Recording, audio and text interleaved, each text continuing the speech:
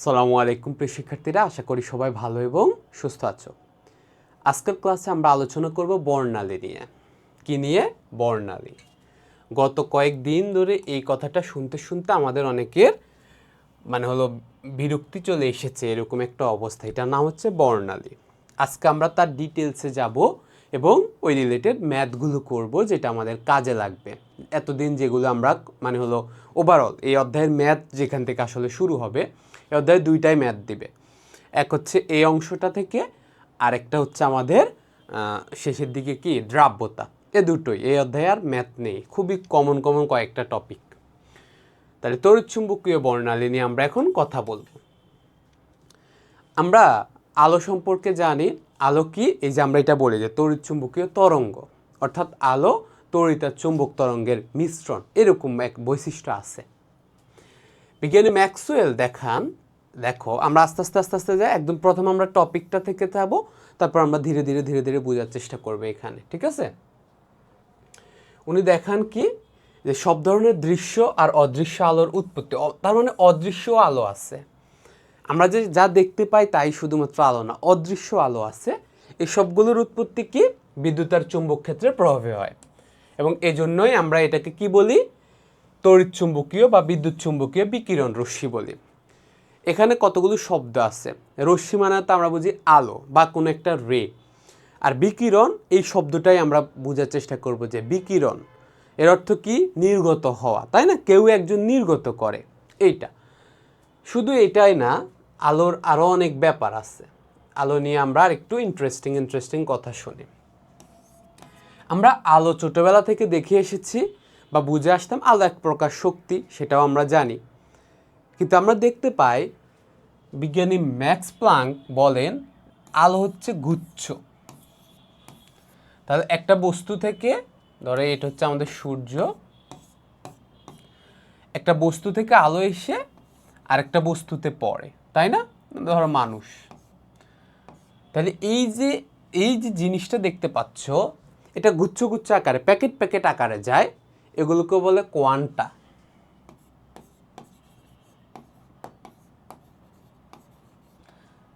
এই কথাটা জানতে হবে, হ্যাঁ? এগুলোকে বলে কোয়ান্টা, অর্থাৎ প্যাকেট আকারে ছোট ছোট গুচ্ছ আকারে আলো প্রবাহিত হয়। এটা একটা কথা গেল। অন্যদিকে আইনস্টাইন মনে করেন না, এরকম না ব্যাপারটা হলো আলো একটা কণিকা নির্গত হয়। এই কণিকাটার নাম আছে, এটা নাম হচ্ছে ফোটন। তাহলে আলো হচ্ছে ফোটন নির্গত হওয়া, এবং এইটার একটা নির্দিষ্ট আছে, এক আলোক ফোটন কিন্তু মানে এক মৌল ফোটন, এটা শক্তিকে আইনস্টাইন বলে। যাই হোক, আমরা তাহলে কি বুঝতে পারছি? কোয়ান্টা ব্যাপারটা কি, অর্থাৎ আলো গুচ্ছ আকার হইতে পারে, আবার আইনস্টাইন আলো ফোটন। অন্যদিকে আমরা দেখতে পাচ্ছি ম্যাক্সওয়েলের ক্ষেত্রে বা এই ক্ষেত্রে আমরা আলো তড়িৎচুম্বক তরঙ্গ। বুঝতে পেরেছ? আলো একটা তড়িৎচুম্বক তরঙ্গ। সো তড়িৎচুম্বক তরঙ্গ মানে কি? এটা হচ্ছে একটা তরঙ্গের মানে দেখতে যেমন হয়, এটা আমরা সবাই চিনে আসি যে একটা তরঙ্গের একটা সাম্যাবস্থা থাকে, তার একটা ঊর্ধ্ব এবং নিম্নমুখী থাকে, যেটার উপরেরগুলোকে বলে শীর্ষ, নিচেরগুলোকে বলে পাদ। আর যে কোনো সাম্যাবস্থা থেকে শীর্ষবিন্দু অথবা সাম্যাবস্থা থেকে পাদবিন্দু, এইটুকুকে বলা হয় আমাদের বিস্তার। ইম্পর্টেন্ট কথা হলো তরঙ্গ দৈর্ঘ্য। তরঙ্গ দৈর্ঘ্য কি? ধরো একটা শীর্ষবিন্দু থেকে পুরোটুকু কমপ্লিট করে আরেকটা শীর্ষবিন্দু আসা, ধরো এই শীর্ষবিন্দু থেকে আসলে এই পুরোটুকু কমপ্লিট করে আবার শীর্ষবিন্দু পর্যন্ত আসা, এটা না, এতটুকুকে তরঙ্গ দৈর্ঘ্য যদিও। অন্যদিকে অথবা একটা সাম্য অবস্থা থেকে আরেকটা সাম্য অবস্থা আসা, হ্যাঁ ঠিকই আছে, এতটুকুই। এইটা হচ্ছে সুন্দর আর কি। ধরো এই সাম্য অবস্থা থেকে একবার শীর্ষ একবার পাদ দিয়ে এই আবার সাম্য অবস্থা আসে, এটাকে আমরা বলছি তরঙ্গ দৈর্ঘ্য। সহজভাবে বলা হয় কম্পাঙ্কর ক্ষেত্রে, কম্পাঙ্ক কি? তাহলে এক সেকেন্ডে কতটুকু কাঁপে। আর ওই একক কম্পন সম্পন্ন করতে আলো যে পরিমাণ দৈর্ঘ্য অতিক্রম করে তাকে বলা হয় তরঙ্গ দৈর্ঘ্য। সো এই হচ্ছে তরঙ্গ দৈর্ঘ্য। এখন এই ব্যাপারটার উপর নির্ভর করে আমরা আলোকে নানা রকম ব্যাপারে ভাগ করতে পারি। তাহলে আলোর সাথে দুটো জিনিস জড়িত আছে, এক হলো তরঙ্গ দৈর্ঘ্য, দ্বিতীয় হলো যেহেতু এটা একটা তরঙ্গ, প্রত্যেক তরঙ্গের একটা শক্তি আছে, ঠিক আছে? সেটা হলো h বিউ, অথবা নিউ না বলে তোমরা এটা বলতে পারো H C by lambda. Lambda এইভাবে লেখে, এইচ সি বাই ল্যামডা, এটাও হতে পারে অথবা এটাও হতে পারে। শক্তি কতটুকু শক্তি, তাহলে আমরা বলতে পারি না তরঙ্গের শক্তি কতটুকু, আমরা বলতে পারি ই ইকুয়াল টু এইচ কি এখানে প্লাঙ্কের ধ্রুবক, সো বড় হাতের এইচ না লিখে ছোট হাতের এইচ লিখো। এটা কি কম্পাঙ্ক, নিউ, এটাকে বলে নিউ বা কম্পাঙ্ক, ইকুয়াল টু হলো এইচ। আমরা জানি এই আলো হচ্ছে একটা তড়িৎচুম্বক তরঙ্গ, সো ওর সি, এটা হচ্ছে ওর কনস্ট্যান্ট বেগ, আলোর বেগ নির্দিষ্ট, এটা তড়িৎচুম্বকীয় তরঙ্গগুলোর বেগ নির্দিষ্ট, এটা শুধু আলোর জন্য, মানে আলো তো তড়িৎচুম্বকীয় তরঙ্গ। তাহলে আমরা দৃশ্যমানের কথা না, মানে দৃশ্য অদৃশ্য যাই বলো সবগুলোই একই বেগ, সেটা হচ্ছে সি। সি এর মান কত? 3.3 ইন্টু 10⁸ মিটার পার সেকেন্ড। আচ্ছা, বাই ল্যামডা, ল্যামডা হচ্ছে তরঙ্গ দৈর্ঘ্য, এই পরিমাণ শক্তি আমরা পাবো। আচ্ছা, এখন এই যে তরঙ্গ দৈর্ঘ্য বলতেছি আমরা, এটা তো আর একটা থাকে না, এটার বিভিন্ন রেঞ্জ আছে, ছোট থেকে বড় অনেক রেঞ্জ আছে। এই যে ছোট থেকে বড় অনেকগুলো রেঞ্জ, এই সবগুলোকে মিলে আমরা একটা সুন্দর নাম বলি, যার নাম বর্ণালী। সো বর্ণালী হলো লাইক অনেকগুলো তরঙ্গ দৈর্ঘ্য একত্রে থাকা। এটাকে আসলে বাস্তবে আমরা অনেকগুলো তরঙ্গ দৈর্ঘ্য দেখি না, আমরা কি দেখব, তরঙ্গ দৈর্ঘ্যের ভিন্ন ভিন্ন কালার হয়, সো আমরা দেখবো অনেকগুলো রং একত্রে থাকা, এই পুরোটুকুকে আমরা বলবো বর্ণালী। আচ্ছা, এখন আমরা তো আলোর বেগ তো এটা আমরা পড়েছি, এটা আমরা জানি, এইখানে এই সমীকরণটা ভাইয়া তোমাদেরকে বুঝিয়ে দিয়েছি, এটাও তোমরা জানো যে E equal to H new, বা এই যে ভি এর মতো করে এরকম লিখছে তাই না, এটা নিউ বলে। সি বাই ল্যামডা, এটা তোমাদের জানতে হবে, সি বাই ল্যামডা, এখানে বি এর বদলে সি বাই ল্যামডা বা নিউ এর বদলে সি বাই ল্যামডা দিলে তোমার হয়ে গেছে। এখন এটা কেন বলছেন, যখন আমাদের দেওয়া থাকবে কম্পাঙ্ক তখন আমরা শক্তি নির্ণয় করতে পারবো, কম্পাঙ্কের একক হার্টজ, এটা তোমরা জানো। আর অন্যদিকে আমাদের যদি দেওয়া থাকে তরঙ্গ দৈর্ঘ্য, তখন আমরা শক্তি নির্ণয় করতে পারবো, কিভাবে পারবো, সি বাই ল্যামডা দিয়ে। এখন একটা জিনিস খেয়াল করো, যেটা আমরা নোটে চলে যাই, লক্ষ্য করলে দেখতে পাবা যে এইচ আর আমাদের যে এই যে ধরো ফ্রিকোয়েন্সি সি বাই ল্যামডা, এটা কি পরস্পর ব্যস্তানুপাতিক, সেটা তো সহজ কথা, এটা আমরা সবাই জানি। কিন্তু অন্যদিকে খেয়াল করো এই সমীকরণটাতে, এইটাতে দেখো আমাদের যে ই, এটা ল্যামডার ব্যস্তানুপাতিক, ইটা ল্যামডার ব্যস্তানুপাতিক। ব্যস্তানুপাতিক অর্থ কি, ই বাড়াইলে ল্যামডা কমে, ল্যামডা বাড়াইলে ই কমে। এর অর্থ কি দাঁড়ায়, এই সমীকরণটা কিন্তু খুব গুরুত্বপূর্ণ। সো আজকে এগুলো দিয়ে আমাদের ম্যাথে কাজে লাগবে, সেই জন্য দাঁড়া এটা চেঞ্জ করে নিই। ওকে, দেখো এগুলো আমাদের একটা জায়গায় খুব কাজে লাগবে। সো আমরা আবারও লিখি, মোট কোনো তরঙ্গের শক্তি, প্লাঙ্কের ধ্রুবক এবং নিউ মানে কম্পাঙ্ক, এটাকে এফ এর মতো আর কি, ছোটোবেলায় পড়েছো না, এফ ইকুয়াল টু ভি, তারপরে কি বাই ল্যামডা, এরকম পড়েছো না, এরকম ব্যাপারটা। তাহলে এইটা, এই ভিটা কি বেগ, সো ভি কেলটা এখন সি, যেহেতু এটা তড়িৎচুম্বকীয় তরঙ্গ সেই জন্য, সো এটা হচ্ছে সি বাই ল্যামডা। তাহলে এইচ তো এইচ থাকবেই। এখন দেখতে পাচ্ছ যে ই আর এটা ব্যস্তানুপাতিক, এটা কেন বলছি এটা মনে রাখতে হবে। তাহলে ই সমানুপাতিক 1/λ, মানে ব্যস্তানুপাতিক। সমানুপাতিক বলার সাথে সাথে আবার ইয়ে করার দরকার নেই, এর অর্থ হলো কি ব্যস্তানুপাতিক। এর অর্থ কি দাঁড়ায়, এর অর্থ হলো তরঙ্গ দৈর্ঘ্য যার যত বাড়বে তার তত শক্তি কমে যাবে। হ্যাঁ, মনে রাখতে হবে, যার তরঙ্গ দৈর্ঘ্য বাড়বে তার তত শক্তি কমে যাবে। ওকে, এটা তো খুব ক্লিয়ার কথা। আর যার তরঙ্গ দৈর্ঘ্য কম তার শক্তি তত বেশি। এখন তাহলে এবার চিন্তা করো তো, 5 গিগাহার্টজ আর 2 গিগাহার্টজ, চিন্তা করো, গিগাহার্টজ কিন্তু বেশ বড় সংখ্যা। তারপরে ভাইয়া ওইটাতে যাচ্ছি না, জাস্ট এতটুকু দেখো। ধরো আমাদের সাধারণ ব্লুটুথ হচ্ছে 2.4 গিগাহার্টজ, অন্যদিকে আমাদের এমনি হচ্ছে 5 গিগাহার্টজ, তোমরা 5Gর এই জায়গাগুলোতে, ওইটা তো জেনারেশন, এমনি ফ্রিকোয়েন্সিটা হচ্ছে ধরো 5 গিগাহার্টজ। এখন কার শক্তি বেশি এটা যদি আমাদেরকে বলে, এটা কি কম্পাঙ্কের মান, গিগাহার্টজ কম্পাঙ্কের মান, যেহেতু দুইটাই গিগাহার্টজ, সো দুইটাই একই কথা আমাদের জন্য। অর্থাৎ 5/2। এখানে খেয়াল করো তাহলে, আমরা এই সমীকরণ যদি খেয়াল করি ইকুয়াল টু এইচ এটা, এবং তোমরা চাইলে এটা ম্যাথ ইনস্ট্যান্ট এখন ম্যাথও করে ফেলতে পারো, এটা খুব ইজি কথা, কিন্তু জাস্ট বোঝার জন্য। তাহলে দেখো এইটা যদি তুমি বুঝতে পারছো যে এটা তাহলে কার শক্তি বেশি, উত্তর হচ্ছে অবশ্যই 5-এর শক্তি বেশি, কেননা 5 গিগাহার্টজ এর যে এখানে হবে 5, আর 2 এর জন্য এখানে হবে 2.4। আচ্ছা, কিন্তু কার তরঙ্গ দৈর্ঘ্য বেশি, যেহেতু শক্তি বেশি 5 গিগাহার্টজে, তরঙ্গ দৈর্ঘ্য বেশি কার, ওর 2.4 এর।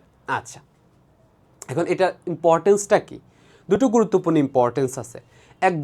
একটা তো আমরা বলেই দিছি অলরেডি যে শক্তি কার বেশি কার কম, এটা তো তোমরা বুঝতে পারছো।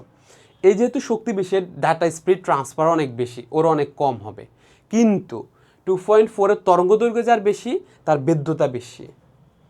কি বেদ্যতা বেশি? বেদ্যতা বলতে এমন না লাইক বেদন করার ক্ষমতা, ব্যাপারটা ওই রকম না। আমরা বলতে পারি রেঞ্জ, বেদ্যতা না বলে ভাইয়া বলি সীমা বেশি। হ্যাঁ, সো 2.4 গিগাহার্টজ অনেক জায়গা জুড়ে তোমাকে কাভারেজ দিবে, বুঝতে পেরেছো? কিন্তু 5 গিগাহার্টজ অনেক ছোটো জায়গায় কাভারেজ দিবে। বাংলাদেশে দেখো না 5G চালু করছে, ওইটা তো জেনারেশন, কিন্তু ওইখানে ফ্রিকোয়েন্সিও একই জিনিস হয়ে যাবে, এই 5Gর মতোই ফ্রিকোয়েন্সি, 5 গিগাহার্টজের মতোই ফ্রিকোয়েন্সি হবে, ওয়াইফাই জেনারেশনের হিসাবে, জেনারেশন হিসাবে ওইরকমই। ওইটা যদি করতে হয় তাহলে কি করতে হবে, টাওয়ারগুলো আরও বেশি বসাইতে হবে, আরও বেশি পাওয়ারফুল বসাইতে হবে, যাতে পুরো রেঞ্জ কাভার করে, নাহলে রেঞ্জ কাভার করবে না, তাই না? আচ্ছা, এখন ওভারঅল কি বুঝলাম, কতগুলো কথা বুঝলাম। এক হলো যার শক্তি বেশি তার তরঙ্গ দৈর্ঘ্য কম, যার তরঙ্গ দৈর্ঘ্য বেশি তার শক্তি কম। তবে যার তরঙ্গ দৈর্ঘ্য বেশি তার একটা জিনিস বেশি, সেটা হলো সীমা, রেঞ্জ, কাভারেজ। বুঝতে পেরেছো? আচ্ছা, এখন আমরা আবার আমার আগে পড়াশোনায় চলে আসি, তারপরে এইগুলোতে আমরা বোঝার চেষ্টা করব। এই মহাবিশ্বে আমরা এরকম পুরো বর্ণালীর একটা, কি বর্ণালী বলতে আবার বলছি অনেকগুলো তরঙ্গ দৈর্ঘ্য একত্রে, এইটার একটা বিশাল বড় রেঞ্জ দেখতে পায়, এই মাথা থেকে ওই মাথা পর্যন্ত। ওকে, আচ্ছা, একদম পুরোটুকু এটা নিয়ে আমরা আলোচনা করব। তার আগে একটা ছোট করে একটা জিনিস আলোচনা করে দিই, নিউর ওপরে ভার বসাইলে এটা ভিন্ন জিনিস বোঝায়, এটা একটু আলোচনা করে দিই, তাহলে তোমরা বুঝতে পারবা যে নিউ বার কি জিনিস, আবার এটা ম্যাথে লাগবে একটু পরে। একটা হলো নিউ মানে কি বলতো, এটা হলো ফ্রিকোয়েন্সি,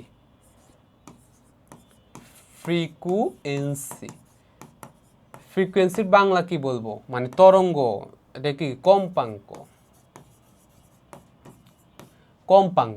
এক সেকেন্ডে, এর অর্থ হলো এক সেকেন্ডে কতবার কাঁপে, এক সেকেন্ডে কত কাঁপে, এরকম কতবার। এটার একটা সুন্দর একক আছে, সেটা তোমরা জানো, এটার একক হচ্ছে হার্টজ। ওকে, অন্যদিকে ভি নট, এর অর্থ হলো তরঙ্গ সংখ্যা,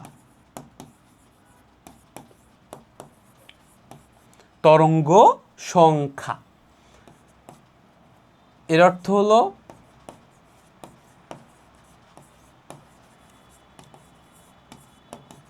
প্রতি মিটারে কতটি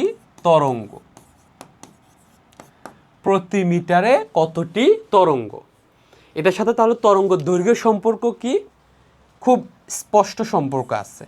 লক্ষ্য করো, এটা হচ্ছে প্রতি মিটারে কতটি তরঙ্গ, তো আমরা 1 মিটারে তরঙ্গ দৈর্ঘ্য দিয়ে, 1কে তরঙ্গ দৈর্ঘ্য দিয়ে ভাগ করলে আমরা প্রতি মিটারে কতটি তরঙ্গ সেটা পাবো, তাই না?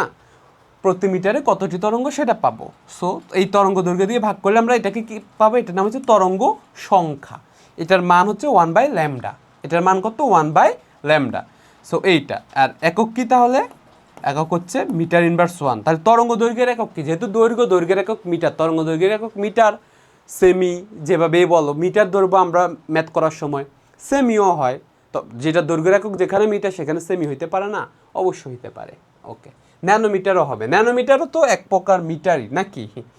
আসো, মহাবিশ্বে এই যে আমরা যা ফ্রিকোয়েন্সি দেখতে পাই বা এই যে তরঙ্গ দৈর্ঘ্য দেখতে পাই, ওটার বেশিরভাগ জিনিস আমরা দেখি না, মানে আমরা দেখতে পাই বলছি মানে জানি আর কি, সেটা বলতে চাচ্ছি যে যত রেঞ্জ আমরা জানি তার বেশিরভাগই আমরা দেখি না, বুঝতে পেরেছো?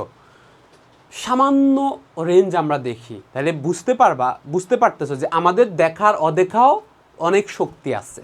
ব্যাপারটা এরকম না, আমাদের অদেখাও অনেক শক্তি আছে। আচ্ছা, সেটা বোঝার জন্য আমরা চলে যাই আগে এই জায়গাটাতে, তারপরে আমরা আবার এখানে আসব। এইটা হচ্ছে মানে হলো বইয়ে যেটা দেওয়া আছে তার কালার ভার্সন যদি দেখো সেটা হচ্ছে এরকম হবে। ওকে, এখানে প্রথমে শুরু হয় মহাবিশ্বের সবচেয়ে শক্তিশালী তরঙ্গ ধরতে পারে, যার তরঙ্গ দৈর্ঘ্য সবচেয়ে কম, শক্তিটা সবচেয়ে বেশি। এখানে তোমাকে দুটো জিনিস ফলো করতে হবে। কি ফলো করতে হবে? তুমি কোন দিক থেকে কোন দিকে যেতে চাও এটা ফলো করতে হবে। বুঝতে পেরেছো? কোন দিক থেকে কোন দিকে যেতে চাও, তো স্ট্যান্ডার্ড নিয়ম হলো এদিক থেকে যাওয়া, এদিক থেকে আসা। তাহলে এদিক থেকে আসা হলো আমরা বলবো তরঙ্গদৈর্ঘ্যের বৃদ্ধির ক্রমানুসারে। তরঙ্গদৈর্ঘ্য ধীরে ধীরে ধীরে ধীরে বাড়বে, শক্তি কমবে না বাড়বে? অবশ্যই শক্তি কমতে থাকবে। যখনই তরঙ্গদৈর্ঘ্য বাড়তে থাকবে শক্তি কমতে থাকবে। তো তরঙ্গদৈর্ঘ্য বৃদ্ধির ক্রমানুসারে। ওকে, প্রথমে আসছে আমাদের মহাজাগতিক রশ্মি, এটা এরও বাইরে একেবারে মহাজাগতিক রশ্মি এটার নাম। হ্যাঁ, মহাজাগতিক, লেখার দরকার নাই, বোঝার দরকার নাই, না এখানে একটু পরে দেখাচ্ছি, কনসেপ্ট বুঝো। তোমাদের কি বৃষ্টির সাউন্ড পড়তেছে? একটু আমাকে কমেন্ট করে জানাও। প্রচুর বৃষ্টি হচ্ছে, শোনা যাচ্ছে ভাইয়া, তোমাদের শোনা যাচ্ছে কিনা সেটা আমাকে একটু কমেন্ট করে জানাও, মানে অসুবিধা হচ্ছে কিনা। প্রথম আছে গামারে, তাহলে এইটা হচ্ছে আমাদের মহাজাগতিক রশ্মির পরে গামারে। তোমরা জাস্ট এই আস্তে আস্তে আস্তে আস্তে এটা কল্পনা করে মনে রাখতে হবে। এরপরে এক্স রে, এরপরে কি এক্স রে। ওকে, এরপর হচ্ছে অতি বেগুনি ইউবি, এটা থেকে আমাদের ইউজ শুরু। আমরা এক্সট্রা ইউজ করি, এগুলো তো ইউজ করি। গামারে আমরা সহজে ইউজ করি না, তবে ক্যান্সারের চিকিৎসায় ইউজ করা যায়, কিন্তু মানে হলো এর বাইরে এত সহজও না, তাই না? কিন্তু এক্স রে তো আমরা কমনলি ইউজ করতেছি। So X ray. ওকে, এরপর হচ্ছে ইউবি রশ্মি, এদের কিন্তু ভেদন ক্ষমতা অনেক বেশি। ভেদন ক্ষমতা মানে হলো কঠিন পদার্থ ভেদ করে চলে যায়। তোমরা এক্স রে দেখেছো না, ওই রকম কঠিন পদার্থগুলো ওরা ভেদ করে চলে যেতে পারে এরা। বুঝতে পেরেছো? যেমন গামারে এরা এও, তাহলে কঠিন পদার্থ গামারের বেদন ক্ষমতা বেশি না এক্সরের? অবশ্যই গামারের বেদন ক্ষমতা বেশি। তাহলে এটা কিন্তু আমরা তো স্কুলেতে পড়েছি না, আলফা বিটা গামা, ওই জায়গার একই কথা। সো গামারে একটা তড়িৎচুম্বকীয় তরঙ্গ বলেছি না, আলো। সো এটা বের হয়ে চলে যায়, এদের বেদন ক্ষমতা কিন্তু অনেক বেশি। এদিক থেকে এদিকে আসলে বেদন ক্ষমতা কমে যাবে, অর্থাৎ ওরাও তো আর শক্তিশালী থাকবে না, কিন্তু আবার ওই যে রেঞ্জ বেড়ে যাবে, সীমা বেড়ে যাবে। আচ্ছা, তাহলে আর শক্তি কি কমতে থাকবে উপর থেকে। তাহলে গামা রে, এরপরে এক্স রে, এরপরে ইউবি রে, ইউভি রে, আলট্রাভায়োলেট, এরপরে ভিজিবল। এই ভিজিবলের মধ্যে শুরু হয় বেগুনি দিয়ে। কি দিয়ে শুরু হয়? বেগুনি দিয়ে। ভিজিবলের সীমা হচ্ছে 380 থেকে 780, এদিক সেদিক হইতে পারে, এটা যে অ্যাকুরেট মানে এমন কোনো কথা নেই। বেশিরভাগ রসায়ন বই এটাকেই ফলো করে, বা ইয়াও এটাই বলি, কিন্তু আরও ভিন্ন বইয়ে ভিন্ন রেফারেন্স পেতে পারো, কোনো টেনশনের কোনো কারণ নাই। 380 থেকে 780 ন্যানোমিটার, ন্যানোমিটার একক হচ্ছে ন্যানোমিটার। এটা এখান থেকে শুরু হয়েছে। তাহলে এখানে কি কি শুরু হয় দেখো, এই জায়গায় বেগুনি দিয়ে শুরু হয়, এরপরে 7টি বর্ণ একত্রে দেখতে পাই, এটাকে বলে বর্ণালী, লাইক বর্ণের সমাহার, এটাকেই বলে বর্ণালী। স্পেকট্রা, দেখছো না? স্পেকট্রাম মানে কি? লাইক একটা কালার রেঞ্জ এরকম, তাই না?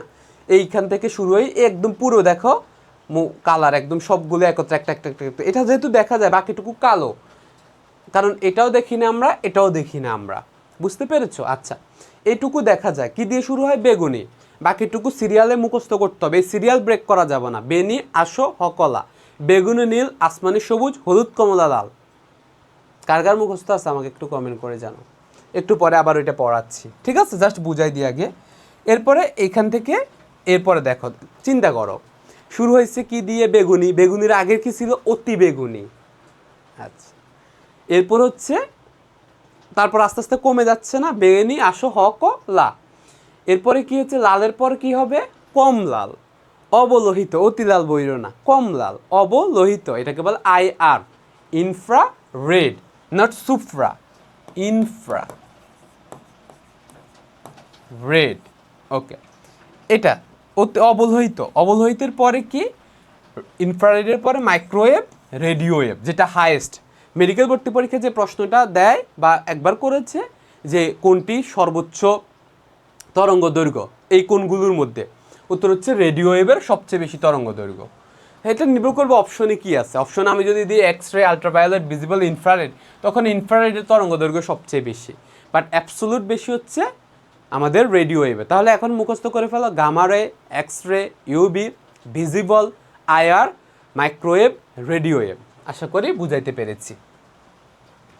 এই হচ্ছে আমাদের রেঞ্জ। হ্যাঁ, এই কালারগুলো মুখস্থ করতে হবে এখন। আচ্ছা, আমরা যে জায়গায় গেলাম এতক্ষণ ধরে যা বলেছি সেটা আমরা আশা করি বুঝাইতে পেরেছি। তাহলে তরঙ্গ আমাদের বর্ণালী বুঝতে পেরেছো? অনেকগুলো বর্ণ এরকম লাইক একত্রে থাকা, এটা সব কিছু আমরা দেখতে পাই না, আমরা যা দেখতে পাই সেটা নিয়ে আমরা একটু কথা বলেছি। এটাই এখানে লেখা আছে, এই এই জিনিসগুলো এভাবে ছোট ছোট ছোট ছোট করে ভাইয়া যা বলে দিয়েছি। এর রেঞ্জ কত, এর রেঞ্জ কত। এখন ভাইয়া তোমাদের কিছু শর্টকাট ব্যাপার শিখাই দিই, যেটা তোমার সব মুখস্থ করতে হয় না। এটা কার রেঞ্জ কত এটা মুখস্থ করতে হয় না, কিন্তু কিছু শর্টকাট মাথায় রাখা লাগে, এটা তোমাকে হেল্প করবে এগুলো বুঝতে, ঠিক আছে? তারপর আমরা ম্যাথে যাব, এটা আগে। তাহলে সেটা কি? সেটা হলো, লক্ষ্য করো এই জায়গায় প্রথমত এটার হিসাব বাদ, এটা অনেক ছোট। এইটার ক্ষেত্রে খেয়াল করো, আমাদের 380 থেকে 780 কি? অবশ্যই ভিজিবল, দৃশ্যমান তরঙ্গ দৈর্ঘ্য। এটা মেডিকেল ভর্তি পরীক্ষায় এগুলো সবগুলোই আসছে, দেখছো কয়বার আসছে? আচ্ছা, অন্যদিকে দেখো অতিবেগুনি রশ্মির তরঙ্গ দৈর্ঘ্য, তাহলে ওর কত হবে চিন্তা করো তো। নিশ্চয়ই 380 থেকে কম। আমরা বলেছি না 380 মানে কম বলতে, এখানে কিন্তু তরঙ্গ দৈর্ঘ্য কম কিন্তু শক্তি বেশি, তাই না? ও হচ্ছে অতিবেগুনি। সো অতিবেগুনি থেকে তারপরে বেগুনি, তারপরে বেনিয়া সহকলা, লাল গিয়ে শেষ হয় দৃশ্যমান, তারপরে অবলোহিত, ভাইয়া দেখাইছি না? এইভাবে, এইটা হচ্ছে মনে রাখার ব্যাপার। তাহলে ওর হবে একটু কম, কত? 10 ন্যানোমিটার থেকে 380 ন্যানোমিটার। এটা তোমার মুখস্থ হয়ে গেল, 10 ন্যানোমিটার থেকে 380 ন্যানোমিটার। তাহলে এক্স রে কত হবে? দেখো 10 ন্যানোমিটার থেকে 380, ও তাহলে এক্স রে হবে তার চেয়ে কম, 10 থেকে 0.01 অলমোস্ট। ওকে, মানে এর প্রায় 100 ভাগের 1 ভাগ এরকম। সেখান থেকে তাহলে গামা রশ্মি কত আর মুখস্থ করা লাগে না। তাহলে গামা রশ্মি কত এটা আর মুখস্থ করা লাগবে না, তাই না? অটোমেটিক হয়ে যাবে যে 0.01 ন্যানোমিটার থেকে তার নিচে। আমার শুধু এমসিকিউ দাগাইতে হবে, তোমার এগুলো সিকিউতে কিছু আসবে না, সো মুখস্থ করার দরকার নাই। মানে টেকনিক্যালি জাস্ট মনে রাখা দরকার আর কি, মুখস্থ করার দরকার নেই। এবার আসো দ্বিতীয়টা, 780 থেকে তাহলে কত? 380 থেকে 780 শেষ, তাহলে 780 থেকে 1 ন্যানোমিটার পর্যন্ত। এবার কিন্তু বাড়তেছে, এটা হচ্ছে অবলোহিত। আচ্ছা, 1 থেকে প্রায় 1, দেখো 1 ন্যানোমিটার থেকে বা 1 মিলিমিটার লেখা, 1 ন্যানোমিটার, 1 মিলিমিটার থেকে 1 মিটার পর্যন্ত মাইক্রোওয়েভ। দেখো রেডিও ওয়েভ এটা হচ্ছে, দেখ 1 মিলিমিটার থেকে 10⁻³ মিটার পর্যন্ত, কিলোমিটার পর্যন্ত। এখানে যদি 10 কিলোমিটার লেখা, 10 কিলোমিটার মানে 10⁴। একটা জিনিস চিন্তা করো তাহলে, সবচেয়ে বড়কে রেডিও ওয়েভ কত তরঙ্গ দৈর্ঘ্য হইতে পারে? কিলোমিটার লেভেলে তরঙ্গ দৈর্ঘ্য হইতে পারে। তাহলে মাইক্রোওয়েভ কোন লেভেলে? উত্তর হচ্ছে মিটার লেভেলে। তাহলে এর নিচে কি? ইনফ্রারেড, অবলোহিত। তাহলে অবলোহিত কত? ওই যে 780 থেকে 10 মিলিমিটার। তাহলে 780 থেকে 10, 780 হচ্ছে ন্যানোমিটার, কিন্তু 780 থেকে 10 মিলিমিটার, সেখান থেকে বাকিটা।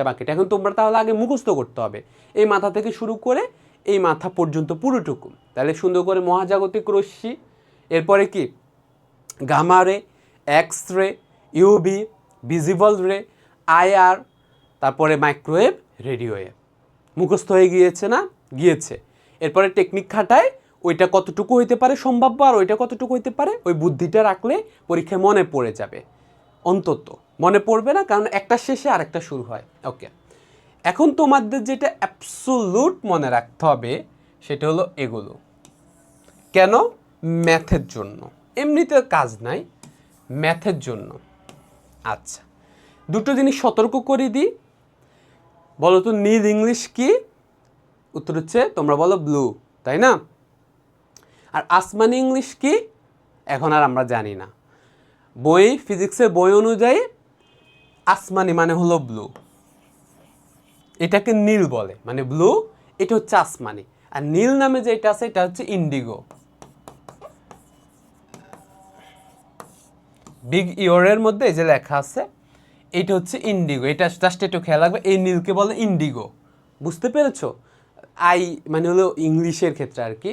আর বাকিগুলো তো ঠিকই আছে, বেগুনি, ভায়োলেট, তারপর এগুলো সবগুলো এটার অক্ষর আর কি, কী অক্ষর এটা, গ্রিন, ইয়েলো, অরেঞ্জ, রেড, এটা তো আমরা জানি। কিন্তু দুটো জিনিস এটা মাথায় রাখবে, নীলকে বলে ইন্ডিগো আর আসমানিকে বলে ব্লু। ইংলিশ আসমানি হচ্ছে ব্লু, আর ওর জন্য এমনিতে বাংলা হচ্ছে আসমানি। এটা শুধুমাত্র ফিজিক্সের এই ক্ষেত্রে, ওকে। বাকি ক্ষেত্রে তো আর এটার দরকার পড়ে না, সেটা নীল আর আসমানি নিয়ে মারামারি কিছু না। এখন আসো আমাদের এটা মুখস্থ করে ফেলতে হবে, পুরোটুকু সবাইকে মুখস্থ করে ফেলতে হবে। এটা শর্টকাট আছে, কিন্তু ভাইয়া শর্টকাট দিতে চাই না। তবে যখন তুমি পরীক্ষা আটকে যাবা কীভাবে শর্টকাট ইউজ করতে হয় সেটা তোমাকে ভাইয়া শিখাই দিই। লক্ষ্য করো, তুমি যদি নীল মনে রাখো, নীল মানে 424 থেকে 450, তাহলে বেগুনি তার আগের, তাহলে বেগুনি 424 থেকে শুরু হবে। আচ্ছা, আর 450-এ কে শুরু হবে? তাহলে বেনি আ, তাহলে আসমানি। অন্যদিকে তুমি যদি একইভাবে হলুদ মনে রাখো যে 575 থেকে 590, তখন সবুজ 575-এ গিয়ে শেষ হয়, মানে হয়, আর কমলা এটাতে গিয়ে শুরু হয়। তাহলে তুমি বুঝতে পারছো লালা তোমার। তাহলে এখন এইভাবে, এটা তো জাস্ট টেকনিক শিখেছি আগের বারের মতো ফাঁকিবাজি করার জন্য। এভাবে মুখস্থ করলে হবে, এটা সুন্দর করে মনে রাখতে হবে যে 380 থেকে 425, 425 থেকে 550, এভাবে সুন্দর করে। তাহলে 380 থেকে 425 বেগুনি, 425 থেকে 450, 550 বলছি ভাইয়া না, 450 এটা হচ্ছে কি নীল, 450 থেকে 500 তাহলে আসমানি। আগে তো এই সিরিয়াল মুখস্থ করতে হবে, বেনি আস হ কলা, সবাই এভাবে মুখস্থ করে। বেগুনে নীল, আসমানি সবুজ, হলুদ কমলা লাল, 3বার করে পড়তে হবে। এটা 3বার কেন, 10বার পড়বা, এটা কাজে লাগবে একটু পরে ম্যাথ যখন করাবো তখন কাজে লাগবে, ওই জন্য। এখানে দেখো আসমানি, তাহলে খেয়াল করো 380 থেকে 424, 424 থেকে 450, 450 থেকে 500, বুঝতে পেরেছো? এই এতটুকু আমাদের হলো। দ্বিতীয়টাতে 500 থেকে 575, 575 থেকে 590, এটা খুব অল্প, একদম হলুদ, খুবই অল্প রেঞ্জ, 590। তাহলে 590 থেকে কত, 600, 650 মতো, 647, 647 থেকে 780। কার কার এটা মুখস্থ আছে বা একটু কমেন্ট করে জানাও।